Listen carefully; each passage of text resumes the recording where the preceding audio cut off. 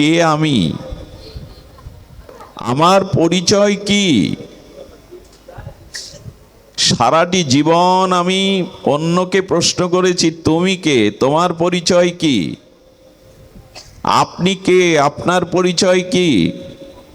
এখন দেখছেন YouTube channel Nitai media live. সকল ভক্ত চরণে দিন অতি দিনের সশ্রদ্ধ দণ্ডবত প্রণতি।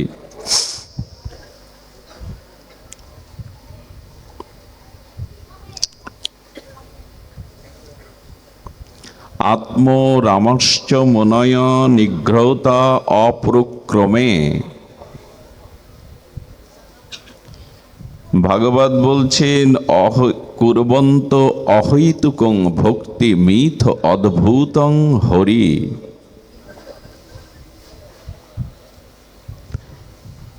শ্রী ভগবানের গুণ এত চমৎকার,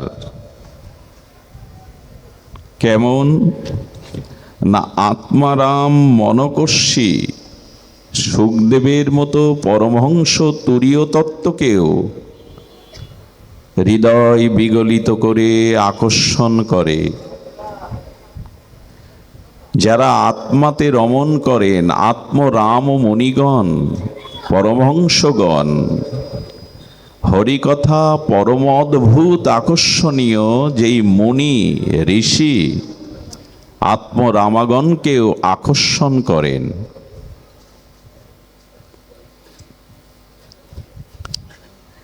বলছেন যে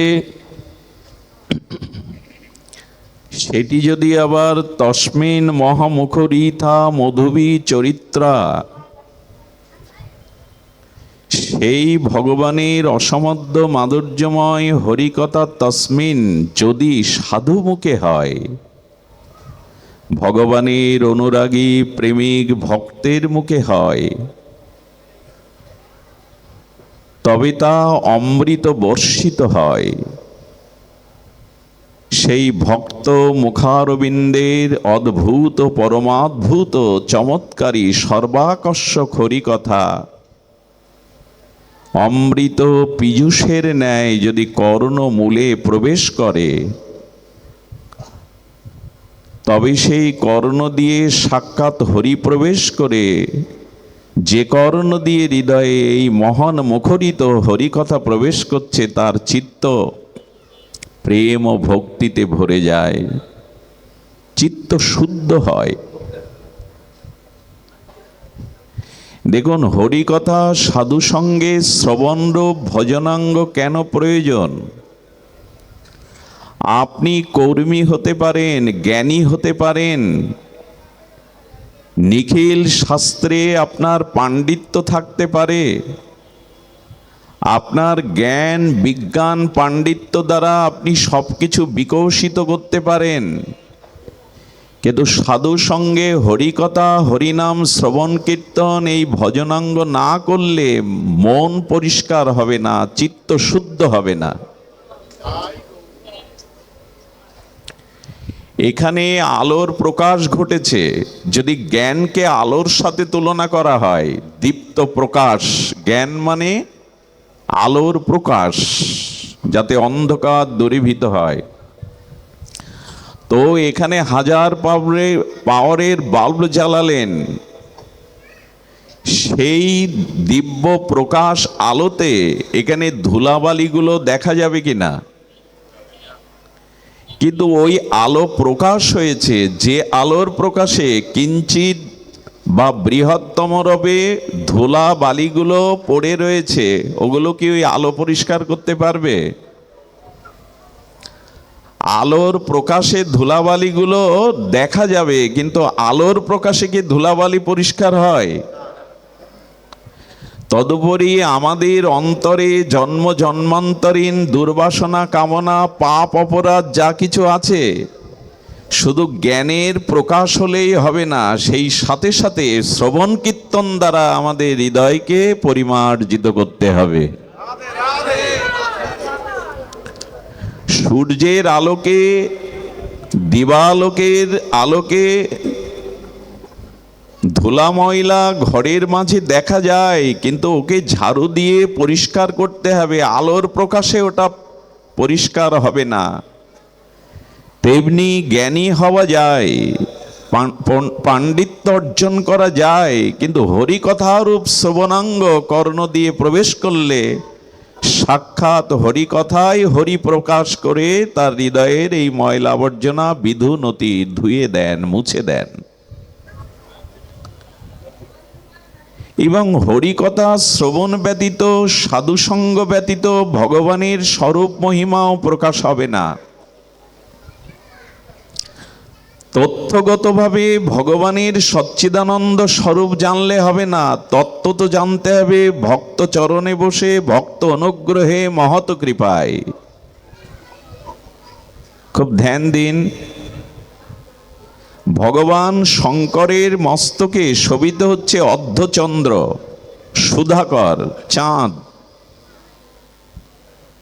চাঁদের স্নিগ্ধ জ্যোৎস্না থেকে অমৃত খরিত হয়, সুধা খরিত হয়, এই চন্দ্রের একটি নাম সুধাকর। তো ভগবান শঙ্করের শ্রীমস্তকে এই অর্ধচন্দ্র শোভিত হচ্ছে, এই জন্য ভগবান শিবের একটি নাম চন্দ্রশেখর, যার মস্তকে চন্দ্র শোভিত হচ্ছে, এই তো। কিন্তু এই চন্দ্র কোথায় ছিল? এটি সমুদ্রে ছিল। সমুদ্র মন্থনে লক্ষ্মী উঠেছিল, সমুদ্র মন্থনে ঐরাবত উঠেছিল, বিষ উঠেছিল, অমৃত উঠেছিল, ওই সাথে চন্দ্রও উঠেছিল। তো সমুদ্রের মধ্যস্থিত চন্দ্র সমুদ্র মন্থনে যখন উঠল, ওটা ভগবান শঙ্কর বিষ গ্রহণ করেছিলেন, আর সুধা তার মস্তকে শোভিত হচ্ছিল, সুধাকর। কিন্তু সমুদ্রের মধ্যে যখন ওই অর্ধচন্দ্র ছিল, সমুদ্রের মৎস্য, মীন, মাছ ওই চন্দ্র দেখে কি ভাবত? সুধাকর ভাবত। ওই মীন মাছগুলো ভাবত এও আমাদের কোনো মাছ, একটু চকচক করছে বেশি। সমুদ্রের মধ্যে যখন চন্দ্রের অবস্থিতি, তখন অন্য মাছগুলো ওর কাছে গিয়ে মনে করতো এও আমাদের মতো কোনো প্রাণী, মীন, মাছ, হয়তো একটু চকচক করছে বেশি। কিন্তু ওই চন্দ্র যখন ভগবান শিবের মস্তকে শোভিত হলো, তখন ভক্তগণ এই চন্দ্রশেখর ঝুটঝুটে আশুতোষ ভগবানকে দেখে প্রসন্ন হলেন। তেমন হরিকথা শ্রবণ ব্যতীত, মহৎ কৃপা ব্যতীত ভগবানের মাধুর্যকে, সৌন্দর্যকে উপলব্ধি করা। আরে অর্ধচন্দ্রকে সমুদ্রের তলে মাছ মাছেরই মতো মনে করত, আমাদের স্বজাতীয় কেউ, একটু চকচক করছে। যখন উপযুক্ত স্থানে চন্দ্র শোভিত হলো, তখন সেটি মহিমান্বিত হলো। আমার বলবার অভিপ্রায় হলো এই, ভগবানের যে অসমাধ্য মাধুর্য, সৌন্দর্য, সেটি একমাত্র সাধুসঙ্গ, মহৎ কৃপায়, হরিকথা শ্রবণের দ্বারাই আমাদের উপলব্ধি হয় যে ভগবান কত সুন্দর, ভগবান কত পরম অদ্ভুত চমৎকার। এই উপলব্ধি সাধুসঙ্গ, হরিকথা ছাড়া উপলব্ধি আসে না। হরিকথা শ্রবণে আমাদের প্রথমে একটি প্রশ্নের মীমাংসা আসে, যেটি সনাতন প্রশ্ন, শাশ্বত প্রশ্ন। এই প্রশ্নের মীমাংসা আমাদের ভাগবত শ্রবণে আছে।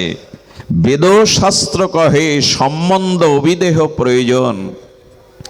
নিখিল বেদাদি শাস্ত্র আমাদের তিনটি তত্ত্বকে জানাচ্ছেন, সম্বন্ধ, অভিধেয়, প্রয়োজন।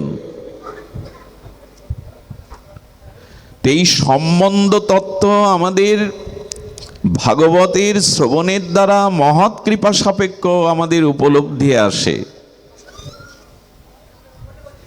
সম্বন্ধ মানে কে আমি,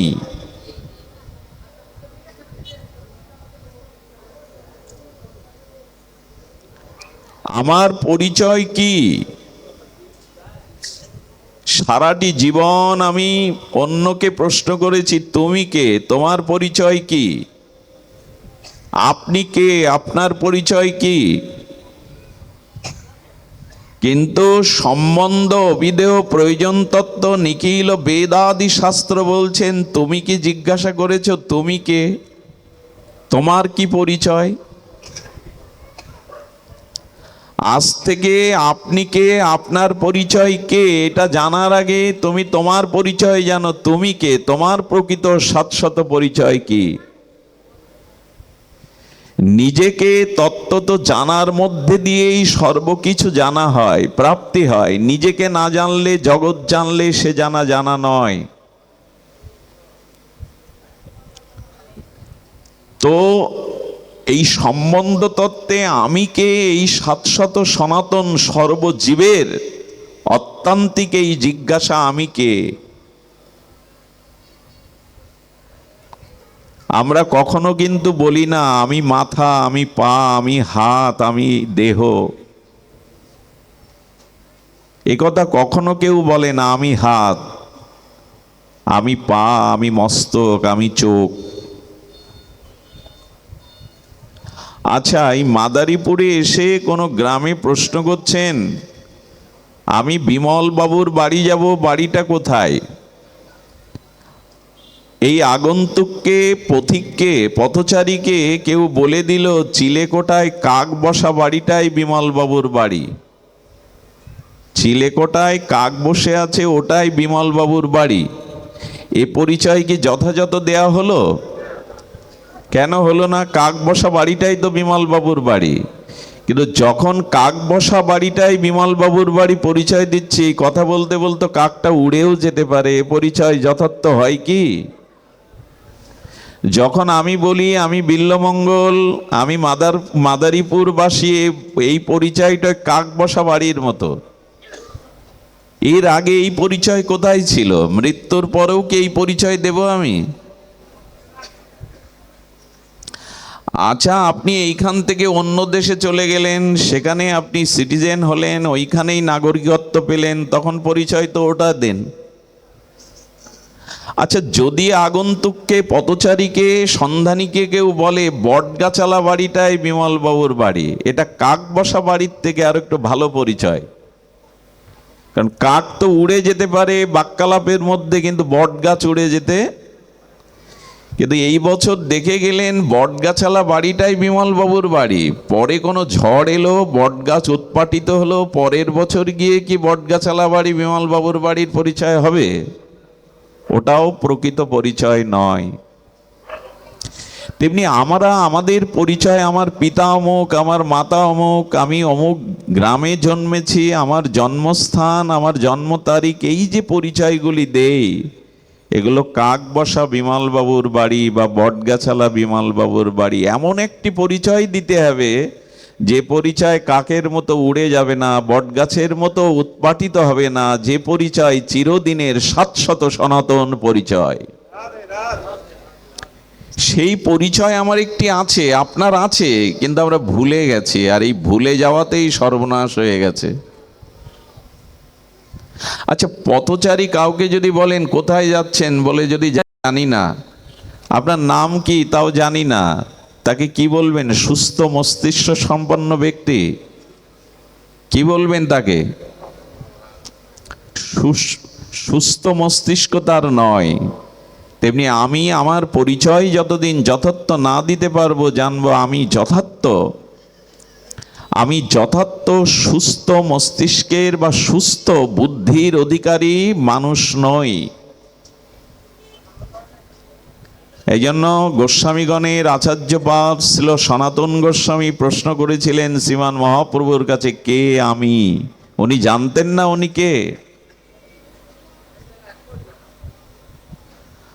তো এখন এই পরিচয় আমরা স্বরূপ পরিচয় নেব। দেখুন, স্বরূপ পরিচয় নিলে কি হয়, খুব ধ্যান দিয়ে শুনতে হবে। এখানে বিদ্যুতের যে তার প্রবাহমানতা, এখানে আলোটা জ্বলছে, বিদ্যুতের তারের মধ্যে যে বিদ্যুতের শক্তি বা উপাদান, সেটা সমানভাবে বইছে কিনা? বিদ্যুতের কভারের মধ্যে যে তার, তাতে বিদ্যুতের যে শক্তি বা উপাদান সমানভাবে বইছে কিনা? সমানভাবেই বইছে। যদি 500 পাওয়ারের বাল্ব জ্বালান ওই তারে, আর 20 পাওয়ারের বাল্ব জ্বালান, আলোর প্রকাশে তারতম্য হবে কিনা? কথা বলুন, হবে কিনা? কিন্তু বৈদ্যুতিক শক্তির প্রবাহ উপাদান তারের মধ্যে সমান আছে, কিন্তু তার দিয়ে যখন বাল্ব জ্বালাচ্ছেন, ক্রিয়া শক্তির ক্রিয়া প্রকাশ করছেন, তখন সমানভাবে শক্তির ক্রিয়া প্রকাশ হয় কি?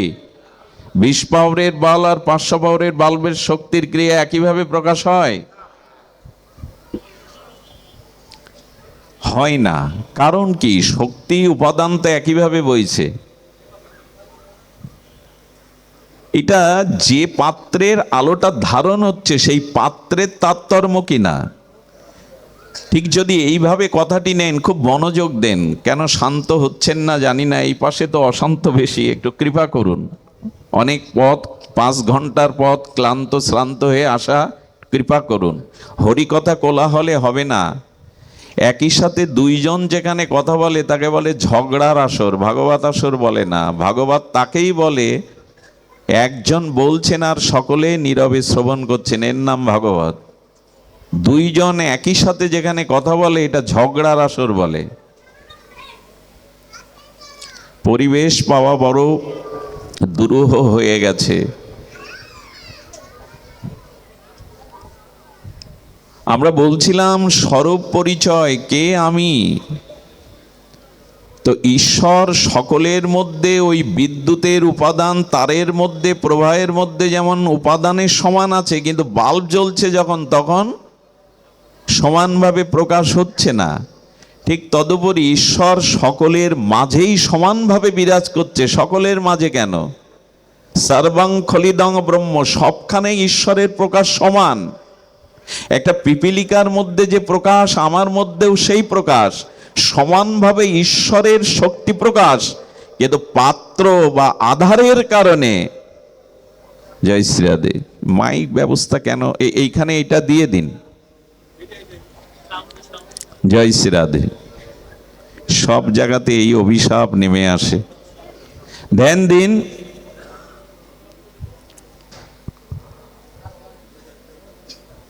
সকলের মধ্যে পরমাত্মার অংশ চিৎকণ আত্মা সমানভাবে বিরাজ করছে, কিন্তু সকলের জ্ঞান, বিবেক, চেতনা, ঈশ্বর আনুগত্য একরকম নয়। ওই পাত্রেরই সমস্যা। আরে এক ব্যক্তি সরল মৃত্তিকার ঘট নিয়ে গেছেন কুয়োতে জল নিতে। 1 ঘট জল নেওয়ার বলে বলছে, তুমি তো কুয়ো, ক্ষুদ্রাতিশয়, তুমি 1 ঘটের বেশি দেবে কি করে? আমি নদীর কাছে যাই।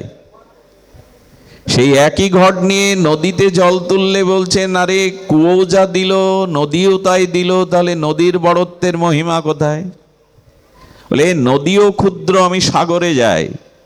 সাগরে গিয়ে ওই একই পাত্রে 1 ঘটই তো উঠবে, ঘট যেমন তেমনই তো উঠবে। বলে সমুদ্র, তোমার মহিমা কি? তুমিও তো সেই 1 ঘট দিলে।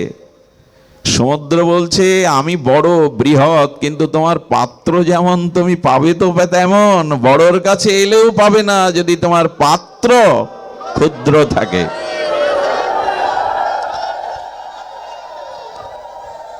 উলোধ্বনি 1 বার দেবে, ভালো করে শোনো, 1 বার, বারবার দিতে হবে না, 1 বার দিও।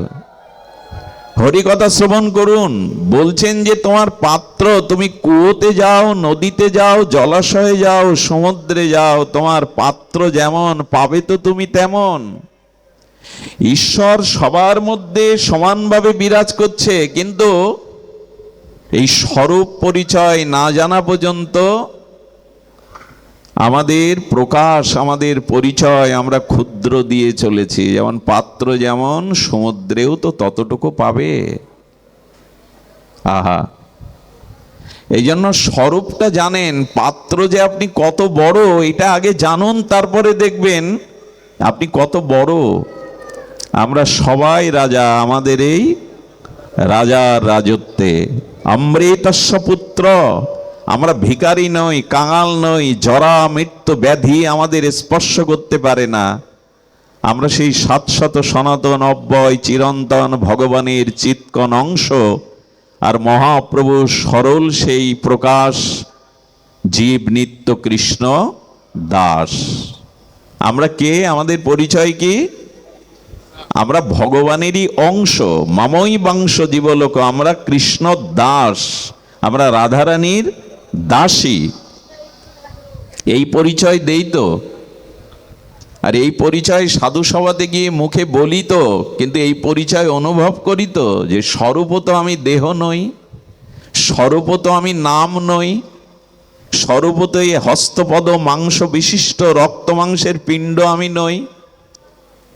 এই পরিচয় যতদিন না আপনি স্বরূপত উপলব্ধি করবেন, আমি লিখে দিতে পারি আপনার বুকে, জন্ম মৃত্যু জরা ব্যাধি কর্মফল অভিশাপ থেকে কোনো কালেই আপনি মুক্তি পাবেন না, আমি মুক্তি পাবো না।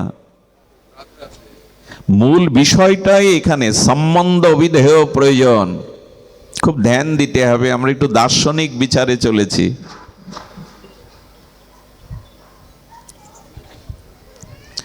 এই স্বরূপ পরিচয় জানলে কি হয়? আহা, স্বরূপ পরিচয় যদি জানেন, একটা দৃষ্টান্ত দেই। আচ্ছা, আগেকার দিনে থিয়েটারে বা যাত্রা মঞ্চে ফিমেলের রোল অনেক পুরুষরাই করতো না? এখনো করে।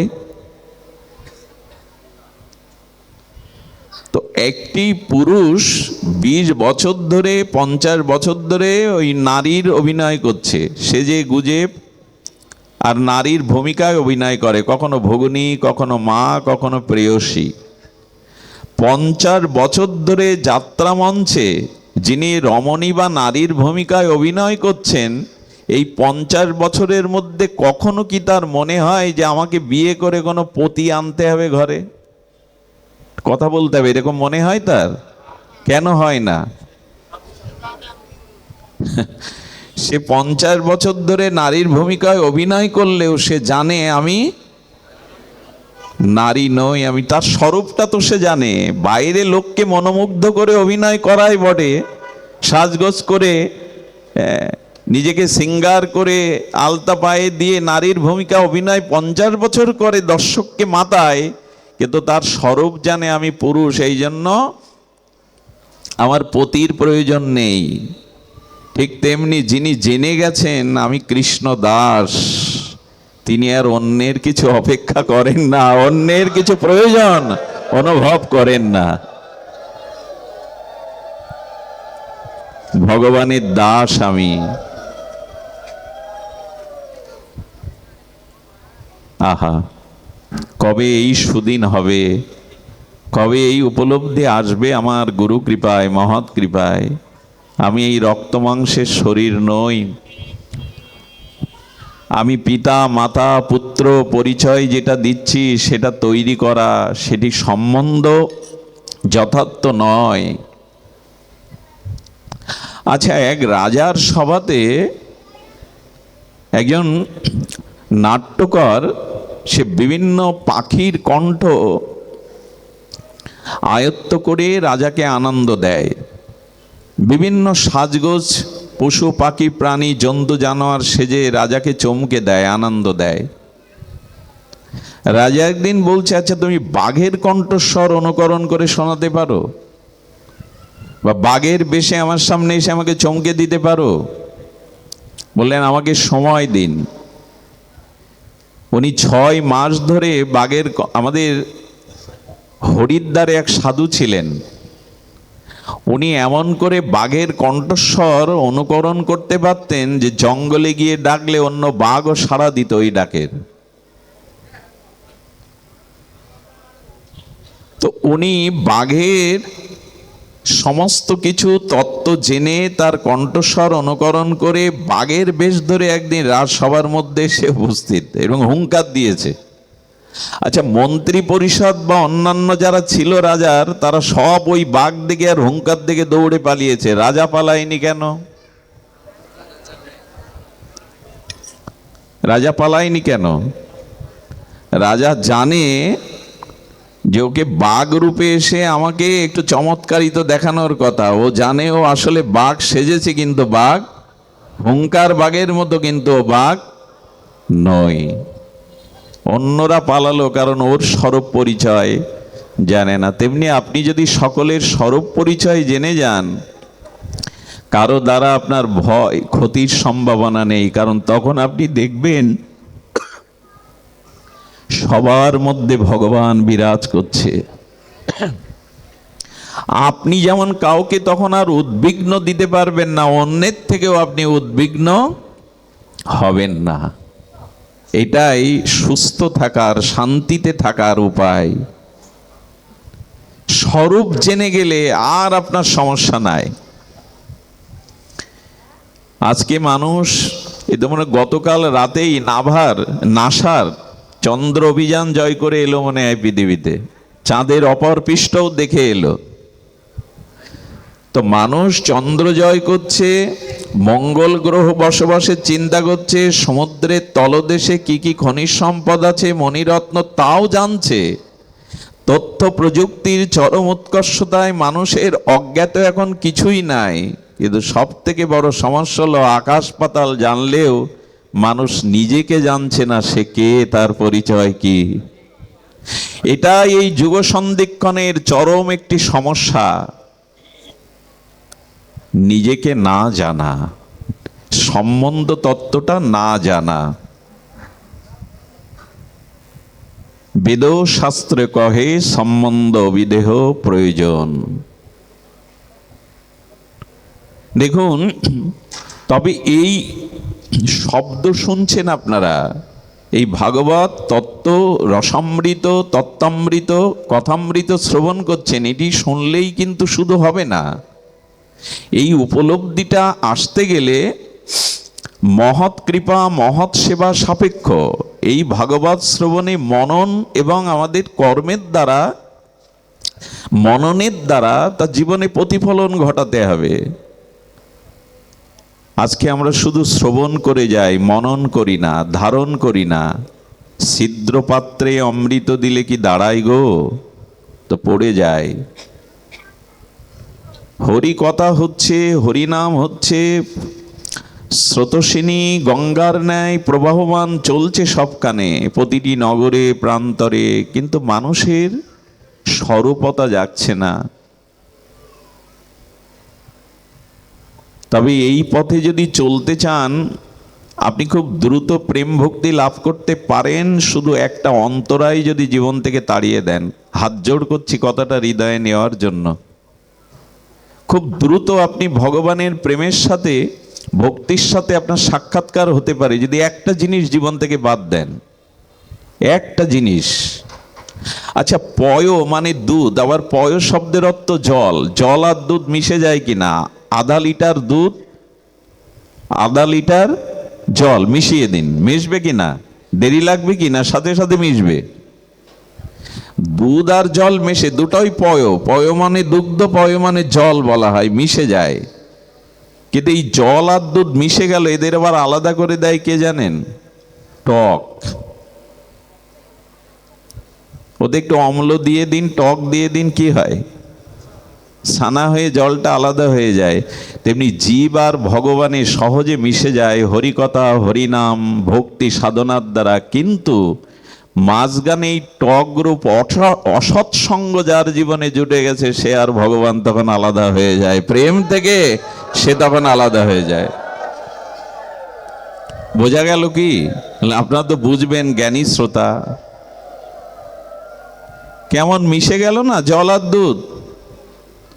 আলাদা মনে হয় কি জল আর দুধ মেশালে? কিন্তু দুধটা ছানা হয়ে গেল, জলটা আলাদা হয়ে গেল। এখন টকের সংমিশ্রণ দেয়া হয়েছে। জীবন চলার পথে যদি অসৎসঙ্গ জুটে যায়, তো জানবেন ভগবানের সাথে আপনার যে সাদৃশ্য মিল থেকে আপনি অনেক দূরে সরে গেলেন। আগেকার দিনে গ্রামের মানুষ জঙ্গল দিয়ে পথচারী হয়ে যেতে ঈশ্বরকে প্রার্থনা করত যেন হিংস্র জীবজন্তুর সাথে না দেখা হয়। এখন মানুষ কি বলে জানেন? অমুক ব্যক্তির সাথে যেন ভগবান দেখা না হয়। হিংস্র জীবজন্তুর থেকেও আমরা ভয়াবহ হয়ে গেছি। দয়া করে অসৎসঙ্গ থেকে নিজেকে দূরে রাখুন। দুধ জল মিশবে, ঈশ্বরের সাথে জীবের স্বরূপ মিশবে, কিন্তু টক যদি একবার দিয়ে দেন, তো সেই জল আবার আলাদা হয়ে পড়ে থাকবে। ছানাগুলো নিয়ে জলগুলো কি করে? ভিয়েন ময়রারা ফেলে দেয় কিনা ড্রেনে?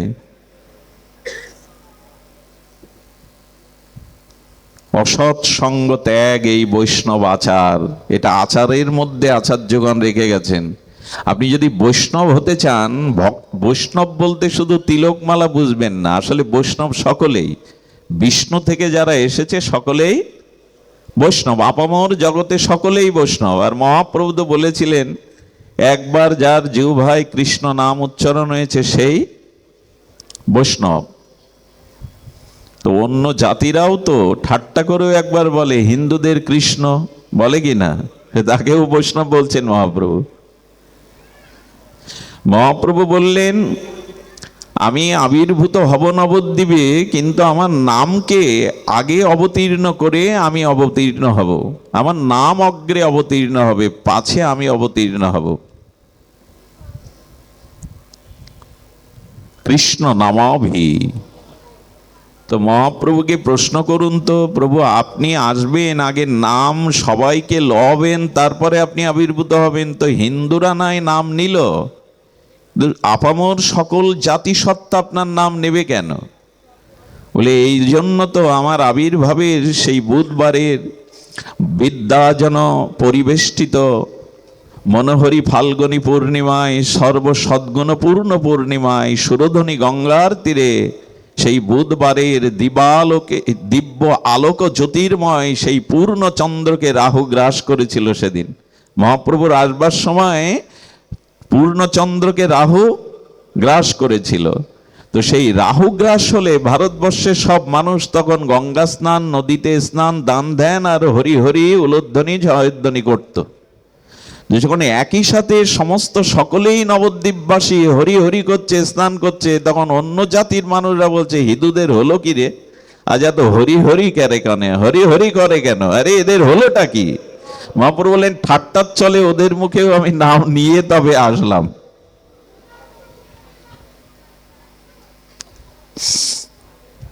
তো এই জন্য ভগবানের নাম, ভগবানের গুণগাথা, দীক্ষা, মন্ত্র ইত্যাদি আমরা যা পেয়েছি, তুলসী তত্ত্ব, ভাগবত তত্ত্ব, প্রসাদ তত্ত্ব, বৈষ্ণব তত্ত্ব, ভগবানের সাথে আমাদের এই প্রেম ভক্তির পথে বাধা ছিল না যদি অসৎসঙ্গ আমাদের মাঝখানে এসে হাজির না হতো। অসৎসঙ্গ ত্যাগ এই বৈষ্ণব আচার। বৈষ্ণবের আচার কোনটা? অসৎসঙ্গ ত্যাগ। আচ্ছা, অসৎ তো অনেকগুলি, তার মধ্যে প্রথম এবং দ্বিতীয় অর্থাৎ শ্রেষ্ঠ সদ্দার অসৎ কোন দুটি? অসতের সংখ্যা তো অসংখ্য। এই জগৎ অসৎময় হয়ে গেছে, পরিবেশ কামময় হয়ে গেছে, দূষিত হয়ে গেছে। সতের সন্ধান এখন খুব কম মেলে। পৃথিবীর বাতাবরণ এমন দূষিত হয়ে গেছে, আজকে যে শিশুটি জন্মাচ্ছে তাকে এই কামময় বাতাস আক্রান্ত করে ফেলছে। এত ভারী হয়ে গেছে এই কামনাময় বাতাস, বাসনাময় বাতাস। তো বলছেন যে অসতের মধ্যে দুটি প্রধান, আর সেই দুটি বলছে কৃষ্ণ বিমুখ যিনি তার সঙ্গ করা, আর যিনি ভগবত বিমুখ ভোগাক্রান্ত বিষয় আসক্তি প্রবণ রমণীর। এখানে পুরুষ এবং রমণী দুটোই ধরতে হবে। বৈদিক সাক্ষী করে, ব্রাহ্মণ সাক্ষী করে, দ্বিজ ব্রাহ্মণ বৈদিক মন্ত্রোচ্চারণ করে যে স্ত্রীকে পেয়েছি, তা বাদে যদি অন্য নারীতে আসক্তি আসে বা অন্য নারীর যদি পরপুরুষে আসক্তি আছে, এই পুরুষ বা নারীর অন্যতে বিপরীতে আসক্তি এবং কৃষ্ণ বিমুখ জনের সঙ্গ, ভগবত ভজনবিহীন ব্যক্তির সঙ্গ, এই হলো অসতের দুই সর্দার। অন্য অসৎগুলো ক্ষুদ্র, তার হাত থেকে রক্ষা পাওয়া যায়, কিন্তু এই দুটি অসৎ যার জীবনে জুটে গেছে, পরিণাম ধ্বংস, স্খলন, পতন ছাড়া তার ভাগ্যে অন্য কিছু লেখা হবে না। অসৎ সঙ্গ ত্যাগ এই বৈষ্ণব আচার। স্ত্রী সঙ্গ এক, অসাধু কৃষ্ণ সঙ্গ আর। যিনি ভগবতমুখী নন, যিনি কৃষ্ণমুখী নন, যিনি ভগবান বিমুখ, যিনি সাধুগুরু বৈষ্ণবে বিমুখ, এদের সঙ্গ করবেন না। মাঝে মাঝে ট্রাকের পিছনে খুব ভালো ভালো কথা লেখা থাকে। ট্রাকের পিছনে কি বলে? ট্রাক বলে তো 100 হাত। ওই কথা আমি যখন দেখি তখন মনে পড়ে, ওই বাণীটা এইখানে খাটাই, এদের থেকে 100 হাত না 1000 হাত দূরে থাকুন। আচ্ছা, একটি পাত্রে ভরা জলের উপরে এক বিন্দুর সরিষার তেল ফেললেন, কি হয়? বিস্তার লাভ করে কিনা চারিদিকে? তো আপনার অনেক সদ্গুণ আছে, পিতামাতা, পরিবেশ, শিক্ষা দীক্ষা আছে, কিন্তু অসৎসঙ্গ এক বিন্দু যদি পড়েও আপনার উপর প্রভাব বিস্তার করবে। এই জন্য দয়া করে অসৎ সঙ্গ ত্যাগ করব কি করে? অসৎ তো কানের মধ্যে দিয়ে হৃদয়ে ঢুকায় রাত দিন। অতিরিক্ত যদি কারোর সাথে বেশি কথা বলেন, সে গুরু বোন হোক, অমুক হোক, তমুক হোক, এই অতিরিক্ত কথা আর আসক্তির মধ্যে দিয়ে অসৎ ভাবনা ঢুকবে। এই জন্য যে যন্ত্রগুলি আমরা ব্যবহার করি, এগুলো অতিরিক্ত কথা বলার জন্য না, প্রয়োজন ছাড়া অতিরিক্ত কথা বলার জন্য, ব্যবহারের জন্য না। এই জন্য জড় ভরত পিতামাতার সাথেও কথা বলেননি, বড় ভাইয়ের সাথেও কথা বলেননি, বিদ্যা অর্জনের জন্য মুখ খোলেননি, বলং ভূর ভুবস্বা বলে না। ব্রাহ্মণ কুলে জন্মগ্রহণ করে গায়ত্রীও বলেনি। জানেন যে কথাই হলো আসক্তির দুয়ার। রাত দিন যদি ওই কথা নিয়ে থাকেন, ওই কথার মধ্যে দিয়ে আসক্তি প্রবেশ করবে। এগুলো আজ আর সতর্ক হবার কথা না বলাই ভালো। পাহাড়ে একটা ঢেলা ছুড়লে ঢেলাটাই গুঁড়ো গুঁড়ো হয়ে যাবে, পাহাড়ের আর কি হবে? তবু বলার জন্য আশা, বলতে তো হবে। যিনি গ্রহণ করে জীবনের আত্মিক কল্যাণ চান, ভগবত প্রাপ্তির, প্রগতি, ভক্তির পথে চলতে চান, তাদের হয়তো কথাগুলি কাজে আসবে। সতর্ক হন। অসৎ থেকে দূরে না থাকলে আমাদের জীবনে যথার্থ স্বরূপ অনুভূতি, স্বরূপ স্মৃতি জাগবে না।